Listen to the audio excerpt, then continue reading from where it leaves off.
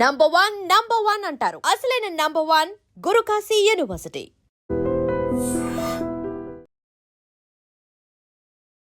నమస్కారం అండి. నమస్తే. మీ పేరు? సహస్ర తిరుమల శెట్టి.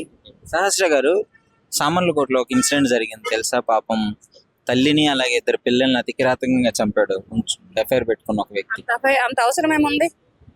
చంపాల్సిన అవసరం ఏముంది? నీతో ఎఫ్ఐఆర్ ఉంటే నువ్వు ఆమె వరకే చంపు. ఆమె పిల్లల్ని చంపడానికి నీకు ఏ రైట్స్ ఉన్నాయి? నీకు ఏ అధికారం ఉంది? ఇంకా భర్త అదృష్టవంతుడు, వాడి ఇంట్లో లేనట్టున్నాడు, తప్పించుకున్నాడు. నీకు అసలు ఏ రైట్స్ ఉన్నాయి? నీతోటి ఫిజికల్ గా సంబంధం పెట్టుకున్న అమ్మాయి నీకు అన్యాయం చేస్తే, నీతోటి మాట్లాడకపోతే, అయినా వేరే వాడి పెళ్ళంతో నీకేంట్రా సంబంధం? వేరే వాడి పెళ్ళం, వేరే బిడ్డలకి తల్లి, దాంతో నీకేంట్రా సంబంధం? పెట్టుకుంటే పెట్టుకో, లేకపోతే వదిలే. అంతేగాని చంపుతావా? నువ్వు దానిని చంపు, లేదా నువ్వు చావు.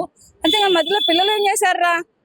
పిల్లలు ఏం చేశారనేసి పిల్లల్ని నువ్వు చంపావు. పిల్లల్ని చంపే రైట్స్ నీకు ఎక్కడవి? అంటే చిన్నమ్మాయిని తొక్కితే పక్కటేమో కిరిగింది, పెద్దమ్మాయి తలకాయ మొత్తం నుజ్జు చేశాడు తల పగలు కొట్టి సుత్తుతో. ఇంత కిరాతకంగా ఈ మధ్యకాలంలో అసలు ఎలా తయారవుతారు మనిషి? అసలు ఇంత కిరాతకంగా చంపడానికి నీకు చేతులు ఎలా వచ్చాయి? నీకు మనసు ఎలా వచ్చింది? అందుకనే మిమ్మల్ని ఒక్కొక్కరికి కాలు చెయ్యి తీసి రోడ్డు మీద వేయాలి, ఇటువంటి చట్టాలు రావాలి, ఇటువంటి న్యాయాలు రావాలి అని నేను పోరాడుతున్నాను. అది ఆ మహిళ కానీ పురుషుడు కానీ ఎవరైనా కానీ ఒక నిండు ప్రాణాన్ని అన్యాయంగా తీస్తే, అటువంటి నిండు ప్రాణాన్ని అన్యాయంగా తీసిన ఒక ముద్దాయికి లోపలేసి కూర్చోబెట్టి మేపకుండా కాళ్ళు చెయ్యి తీసి రోడ్డు మీద పడేయాలి. ఇటువంటి కిరాతకుడికి, ఇటువంటి మూర్ఖుడికి కాళ్ళు చెయ్యి తీసి రోడ్డు మీద పడేస్తే గానీ అది ఏంటంటే సరైన న్యాయం జరిగినట్టు. పసిపిల్లల్ని చంపడం ఏంట్రా? ఆడపిల్లలు రా, అందుట్లో అమ్మలు అవుతారు రా వాళ్ళు. రేపటి రోజున ఒక దేశానికి ఒక పౌరులను ఇస్తారా ఆ మహిళలు.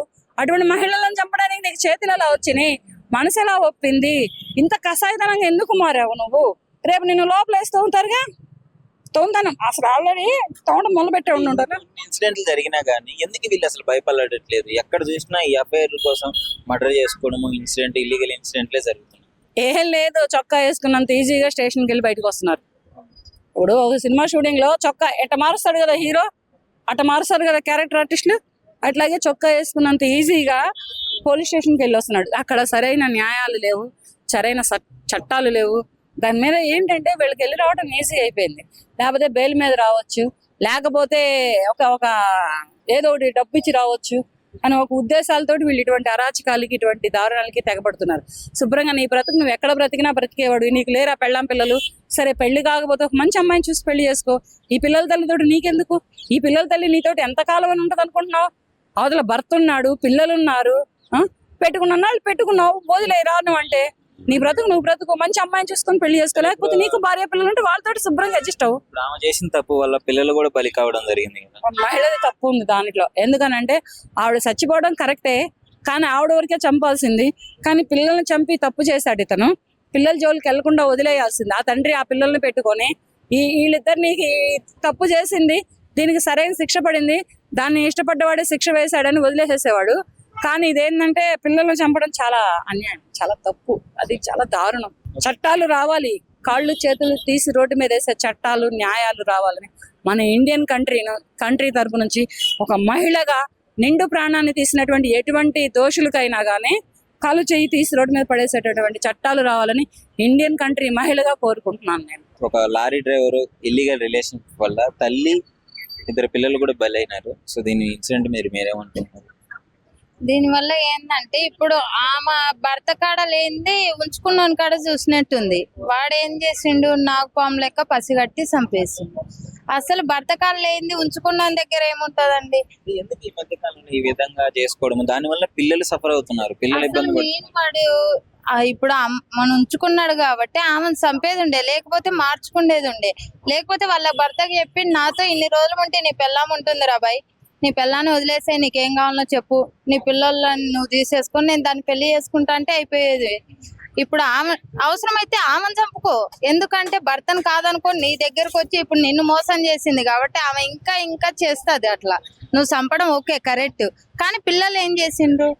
పిల్లలు అన్యాయంగా పసిపిల్లలను చంపడానికి కారణం ఏంది? పిల్లలు ఏం చేయలేదు కదా. మీరు ఇద్దరు కలుసుకున్నప్పుడు పిల్లలు ఉన్నారా?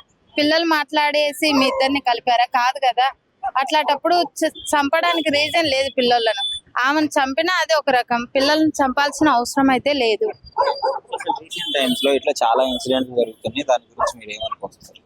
దాని గురించి ఇప్పుడు ఇట్లా చంపిన వాళ్ళను బయటికి కొద్ది రోజుల తర్వాత బయటకు వదిలేస్తుండ్రు కాబట్టి ఇది నార్మలే. ఈ వద్దు చంపుతాం మళ్ళీ ఒక సంవత్సరం లోపు ఎట్లయినా ఏదో ఒక నెలలో, సంవత్సరానికి ఏదో ఒక నెల అయితే బయటకు వస్తాం, డబ్బులు కట్టి మా వాళ్ళు రిలీజ్ చేసి బయటికి తీసుకొస్తారు అని ఒక మైండ్ సెట్ తో వీళ్ళు ఇవన్నీ చేస్తుండ్రు. కానీ ఇట్లా అన్యాయంగా చంపిన వాళ్ళను జైల్లో ఉరిశిక్ష ఒకరిని తీస్తే నెక్స్ట్ ఇట్లా చేయరు. సో మొత్తానికి ఇలాంటి వాళ్ళకి కఠిన శిక్షలు పెడితేనే ఇట్లాంటి బాగుంటుంది. వాళ్ళను నడి పబ్లిక్ లో ఇంతకు ముందు ఒక అమ్మాయి హత్య కేసులో, ప్రియాంక హత్య కేసులో నలుగురిని ఎన్కౌంటర్ చేసినారు. అలా ఎన్కౌంటర్ చేయడం కానీ ఉరిశిక్ష కానీ తీస్తే నెక్స్ట్ ఇట్లాంటివి అనేది జరగవు. కానీ ఇప్పుడు పుంజుకున్నోని కోసము పిల్లలను కన్న తల్లి పిల్లలను చంపేసింది. ఆమెను ఏం చేసిండ్రు? ఏం చేయలేదు. ఇంతవరకు ఆ వీడియో ఏం చేసినారు ఆమెను అనేది బయటకు రాలేదు. ఇన్స్టాగ్రామ్ లవ్ చేసి కన్న తల్లిని చంపింది. ఆ అమ్మాయిని ఏం చేసినారో ఇంతవరకు వీడియో రాలేదు. కాబట్టి వీళ్ళు చేసుకుంటా అలా వెళ్ళిపోతుండ్రు. కాబట్టి ఒకరిని ఫస్ట్ తప్పు చేసిన వాళ్ళను ఏదైనా సూసైడ్ కానీ, లేకపోతే కాల్చడం కానీ, లేకపోతే ఉరిశిక్ష కానీ తీస్తే నెక్స్ట్ ఇలాంటివి జరగవు. సామర్లకోటలో తల్లిని అదేవిధంగా ఇద్దరు పిల్లల్ని అతి కిరాతకంగా చంపింది ఒక దుర్మార్గుడు, లారీ డ్రైవర్ అతను. సో ఇన్సిడెంట్ మీకు తెలుసా? తెలుసు. నేను న్యూస్ ఆర్డర్ చూసినాను, ఫేస్బుక్ లో కానీ యూట్యూబ్ కానీ ఎక్కడైనా చూసాను. ఇది ఎందుకంటే ఇదంతా చాలా దారుణం అబ్బా. చాలా చూసిన వాళ్ళ తల్లిని చంపుకోవడం, మళ్ళీ దాన్ని చాలా కేసు చాలా చూసిన అన్ని చేసిన. కానీ మళ్ళీ కొత్తది ఏంటంటే ఇప్పుడు ఒకడు పెళ్ళైన అమ్మాయిని ఉంచుకోవడం చేయడం వల్ల ఆమె చేసిన మిస్టేక్, కౌంట్ చేసిన తప్పే. ఇక ఆ తప్పు తెలుసు కాబట్టి మళ్ళీ సర్దిద్దుకోవడం కోసం మళ్ళీ వదిలే చేసుకోండి. వీడికి ఎందుకు ఒకసారి తెలిసిపోయిన ఈ అమ్మాయి కాకపోతే ఇంకో అమ్మాయి వస్తుంది కదా, ఎందుకు అమ్మాయికి పిల్లల్ని చంపుకోవాలి అని చేయడం ఏంటి? తల్లి చేసిన తప్పుకి పిల్లలు కూడా ఇద్దరు చనిపోవడం జరిగింది. అవును, ఎందుకు అలా చేయడం ఎందుకు? చాలా దారుణం అబ్బాయి. చాలా ఎందుకంటే సిచ్యువేషన్ ఎక్కువగా అమ్మాయిలుగా చెప్తున్నా, అమ్మాయిలుగా అబ్బాయినా కానీ నువ్వు జాగ్రత్తగా ఉండాలి, ఈ విషయంలో మాత్రం జాగ్రత్తగా ఉండాలి. ఎందుకంటే ఇప్పుడు నమ్మటానికి వీజ్ లేదు. ఎక్కడైనా సరే ఆంధ్ర కానీ తెలంగాణ ఎక్కడైనా నమ్మటానికి లేదు. మగవాళ్ళైనా ఆడవాళ్ళైనా నమ్మటానికి లేదు. ఇప్పుడు పెళ్లి చేసుకోవడానికి కూడా ఎక్కువ దానం లేదు. ఇప్పుడు పెళ్లి చేసుకున్నా కూడా భయం వేస్తుంది, పెళ్లి చేసుకోకపోయినా భయం వేస్తుంది. అట్లా సిచ్యువేషన్ లో ఉంది ఇప్పుడు. భయంతో ఎందుకు ఎలా దారుణం చెప్పుకోవాలి సార్? పిల్లలు ఎందుకు చంపుకోవడం ఎందుకు? అదేం పాపం చేశారని. ఎందుకంటే వాడికి విధమైన బుద్ధి చెప్పాలి, వాడికి శిక్ష పడాలి. శిక్షలు పెడితే బాగుంటుంది. వాడికి ఏదన్నా శిక్ష పడాలి. శిక్ష పడితేనే ఇంకా వేరే వాడు అది అమ్మాయి జోలికి కానీ ఆంటీ దగ్గరికి ఇవ్వడానికి ఉండదు. కాబట్టి వాడికి భయం రావాలి. భయం ఉంటేనే కదా అది వేరే అమ్మాయి దగ్గరికి వెళ్ళకుండా ఉంటాడు కదా. ఎప్పుడు పెళ్లి చేసుకోవడానికే భయం పడుతున్నారు. ఇంకా ఇంకేం చెప్పుకోవాలి? చెప్పండి మీరు. నమస్కారం అండి. సామర్లకోట ఇన్సిడెంట్ తల్లి బిడ్డలు బలవడం జరిగింది కదా, దాని గురించి ఏమనుకుంటున్నారు? ఈ తల్లి ఆమె యొక్క ఇద్దరు బిడ్డలు కూడా మరణించారు. దీనికి కారణం ఏంటంటే ఆమెకి ఇద్దరు అని ఒక పెద్ద సినిమా వచ్చింది కదా, ఇక్కడ కూడా అదే సంఘటన జరిగింది. ఒక గృహిణి తన భర్త ఉండి తనతో జీవితం గడుపుతూ చక్కగా చిన్న పిల్లలుండి చక్కగా జీవితం గడుపుకోవాల్సిన పరిస్థితులలో మొగుడు లేనటువంటి టైంలో మరొకరితో ప్రేమ వ్యవహారం స్టార్ట్ చేసింది. ఆ లవర్ కూడా తన భర్త లేనప్పుడు తన ఇంటికి రావటం, తనతో గడపడం ఈ విధంగా చేసింది. ఈ విధంగా నైతిక విలువలు లేకుండా ఇటువంటి జీవితం గడిపినటువంటి వాళ్ళకి ఎట్ ద ఎండ్ మరణమే శరణ్యం అనేటువంటిది కూడా ఈ సంఘటన సూచిస్తుంది. పిల్లలు ఏం చేశారు పాపం?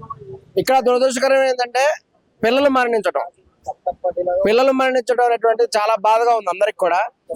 ఎందుకంటే ఈ విధంగా భర్త లేనప్పుడు పరాయి మగవాళ్ళతో, లవర్స్ తో ఈ యొక్క లైంగిక సంతోషం అనుభవించేటువంటి వాళ్ళు, ఒకవేళ అతను వెళ్ళిపోతే మరొకరు. కొంతమంది ఇక్కడ అనేది ఏంటంటే ఆ లవర్కి కోపం వచ్చింది ఎందుకంటే ఆమెకి ఇంకొకళ్ళు కొత్త వాళ్ళతో మాట్లాడుతుంది, కొత్త లవర్ని స్టార్ట్ చేసింది అనేటువంటి ఇన్ఫర్మేషన్ జరిగింది.